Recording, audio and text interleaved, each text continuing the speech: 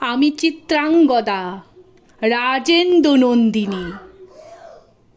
হয়তো পড়িবে মনে সেই একদিন, সেই সরোবর তীরে শিবালয়ে দেখা দিয়েছিল এক নারী, বহু আভরণে ভারাক্রান্ত করি তার রূপহীন তনু। কি জানি কি বলেছিল নির্লজ্জ মুখরা, পুরুষের করেছিল পুরুষ পথার আরাধনা। প্রত্যাখ্যান করেছিল তারে, ভালোই করেছেও। সামান্য সে নারী রূপে গ্রহণ করিতে যদি তারে অনুতাপ বিধিত তাহার বুকে আমরণ কাল।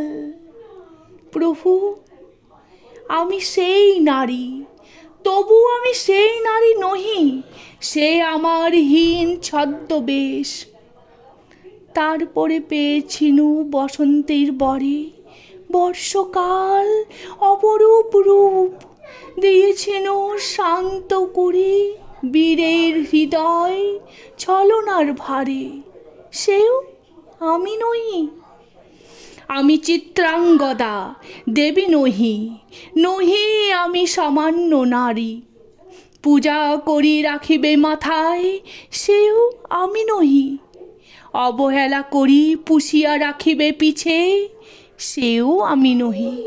যদি পার্শ্বে রাখো মোরে সংকটের পথে, দুরূহ চিন্তার যদি অংশ দাও, যদি অনুমতি করো কঠিন ব্রতের তব সহায় হইতে, যদি সুখে দুঃখে মোরে করো সহচরী, আমার পাইবে তবে পরিচয়।